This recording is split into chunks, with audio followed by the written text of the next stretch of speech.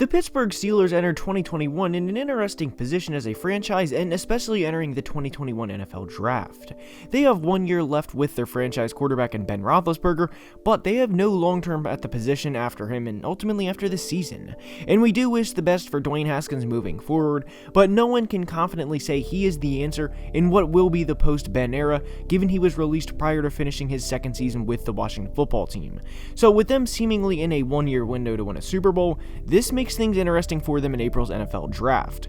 Will they go BPA or best player available every pick, or will they be aggressive and try and move around to get players that they think will help them most for this year specifically, without any real interest beyond this specific year? We're going to dive into everything and explore every possibility for the Pittsburgh Steelers' upcoming draft, but before we get started, please like the video and subscribe to the channel, as each only take a second to do and it would be very much appreciated. Now let's begin. So when looking at the Steelers roster and how they fared in 2020, there is a lot to like, but there is also some things not to like. They started out 11-0 and were without a doubt the most criticized and scrutinized 11-0 team of all time, from Corvette to their frauds and everything in between. Yes, they ended up losing to the Browns in the playoffs by double digits, but nothing can be taken away from them and the start that they had. Now, as we enter the 2021 season and we focus on what they need, we have to take a look at what their strengths are in this roster. They have a great defense, and this defense is the same one that led the NFL in turnovers in 2019, and there is no reason to think they can't do that again if everyone stays healthy. Now, for the Steelers and ultimately the rest of the NFL, we know now that everyone won't stay healthy. We just hope that everyone does, and more specifically for the Steelers, we hope they don't go down multiple linebackers throughout the year the way they did last year with losing Devin Bush to a torn ACL, and then ultimately losing Robert Spillane for the year as well.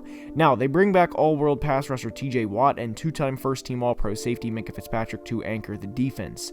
They lost Bud Dupree to free agency, and even though they did, I don't think they're going to address pass rush in the first round unless Greg Rousseau falls to them at 24, and I personally don't think he'll make it that far. But with this 1 year window, they have to make it everything else very tricky, because we saw what they did as an offense in 2019 with Ben out, and it wasn't pretty. Their offensive line was bad in 2020, and that may come across as surprising given they started out 11-0, but they finished dead last in yards per carry, and while some people watching this video may not be the biggest James Conner fan, I think we can agree he is not the 32nd best running back in the league, or even worse than that. Now, I am not saying he's top 5 or even top 10, but to say he is below 30th in running backs isn't exactly fair to him or his game.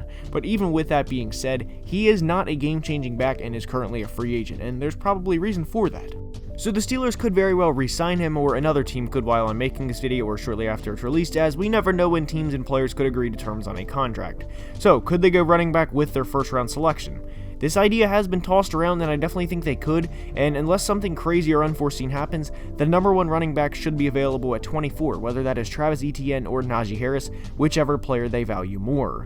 The Steelers will be returning second-year player Anthony McFarland and Benny Snell, and while those guys can be complementary players, they, like James Conner, are not franchise-altering running backs, and the reality is there is a hole at this position on their roster right now. Najee Harris to Pittsburgh makes a lot of sense, as we know he is a big, powerful back, and speaking from a city and location standpoint, what better place for him to go than Pittsburgh? Pittsburgh is a blue-collar city by every means, and a city where they pride themselves on the hard, dirty work, and they want their football team to represent that as well. So speaking from that standpoint, Najee makes too much sense, as it would certainly help them move towards what helped them win championships before, a good run game and a defense. And while Ben is a two-time Super Bowl champion, he was never overly dominant in the playoffs, and every quarterback's best friend, Tom Brady included, needs a good run game, and they love a good run game.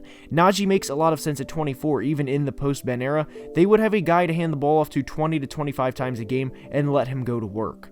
Najee is no stranger to the hard, gritty work, and I absolutely love the idea and possibility of him going to Pittsburgh in the first round of the upcoming draft. Now, another thing that cannot be overlooked, as we discussed, is the offensive line. They did lose starting tackle Zach Banner for the year early in the 2020 season, so obviously that didn't help why they were so poor as a whole for the 2020 season from this unit. PFF graded them 31st in run blocking in 2020, so they could 100% address this position in not only the first round of the draft, but in multiple rounds of the 2021 draft, and understandably so. Now, you may be thinking or asking, why would they do that and put rookies in who may not have the best chemistry or just in general may not be good in a one-year run, and the answer is it gets only one spot worse than 31st in run blocking, and a big reason, though not the only reason they struggled, was the inability to run the football in 2020. So in reality, if they do take Najee in round 1 and find a potential starter later in the draft, in the offensive line that is, then this is a position they don't have to find in the future.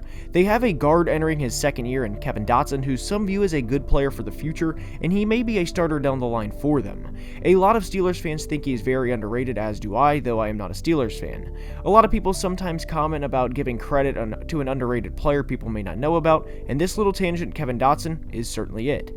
But Kevin is only one player on the offensive line and unfortunately does not play all 5 positions. I do expect their first round pick, again unless some huge name we don't know about at this time falls, to be an offensive lineman or Najee Harris. The potential pick here, not being Najee, could be Wyatt Davis, a guard from Ohio State, or if this player falls this far, Elijah Vera Tucker from USC. Both of these players would come in immediately and start and contribute right away. Their receivers for this upcoming year are Juju, who took a pretty big discount to stay, Deontay Johnson, and Chase Claypool, and that is a good receiving trio to say the least. But there is a reason I included them in today's video, given that it is a draft talk, and it is because I want to address the future of this position for the Steelers. While Juju did take a discount to stay in the Steel City, and good for him doing so, might I add, he probably won't stay beyond this year because the Steelers simply won't have the cap room to pay him. They're going to have to pay TJ Watt, Minkah Fitzpatrick, and along with Cam Hayward's contract, and while Juju did take a hometown discount this year, I don't think he will next year. He took a discount due in large part to knowing it is Ben's final ride, and Ben is a player who has embraced Juju since he came into the NFL as a rookie back in 2017. Juju is Ben's guy, and he knows how much he means to the Steel City, and for that matter, how much he himself, as in Juju, means to the Steel City. And there is no doubt there is a lot of anger from this whole team entering the 2021 season with how this season ended this past year. This is a team that was made an example out of constantly in 2020, from Juju's TikToks to, in their opinion, TJ getting robbed of a Defensive Player of the Year award and being counted out from the minute they were the last remaining undefeated team. So in the first round of the draft, I fully expect the pick to be offensive line or running back. But with the very real possibility of Juju leaving next offseason, remember, this is a very loaded receiver class. If I were a gambling man, I would risk a lot of money on the Steelers addressing the receiver position at least once in the 2021 draft, knowing full well what is coming after this year from wide receiver Juju Smith-Schuster. Now, having said they will more than likely address the offensive line and running back position in the 2021 draft, we have to look at positions they could and will target in the middle rounds in late April. While they did bring back Juju for this year, they lost a key player in their secondary and an underrated corner over the past couple of years, and that was corner Mike Hilton. Hilton is now a Bengal, and they will have to bring in at least one more corner in the draft, given they also released corner Steven Nelson. Surely they will address their corner position at some point, and as much as Steeler Nation likes Cameron Sutton, he is not Jalen Ramsey 2.0, and there will need to be depth behind him. And Justin Lane is exactly that, depth. And if they can get a developmental corner in the 3rd round or beyond, then this would prove to be a draft day steal. Their priorities entering the draft should be offensive line, running back, and corner, and if all of those are not addressed at one point, then I would be shocked. For what it's worth, Mason Rudolph is entering the final year of his contract, and there is a good possibility they address the quarterback situation at some point. Unless one of the top 5 fall to pick 24, they will not address it on the first night of the draft, but I wouldn't be surprised in the slightest if they do address QB during draft weekend. As of now, they have 8 draft picks, with 2 in the 4th round, none in the 5th round due to a trade for a defensive tackle Chris Wormley from the Ravens, and 2 7th round picks. Now, I have seen several comments from you guys in recent videos about addressing the Steelers' needs in a draft, or to do a video on the Pittsburgh Steelers and who they should draft, and I have been wanting to make this video for some time. They are essentially in a 1-year run, with Ben pretty much announcing this is his last year, but what makes it difficult is getting better long term while not giving up everything for a 1-year run. Now, personally, I do not expect them to win the Super Bowl in Ben's final year, but there is no reason they can't compete for a playoff spot this year.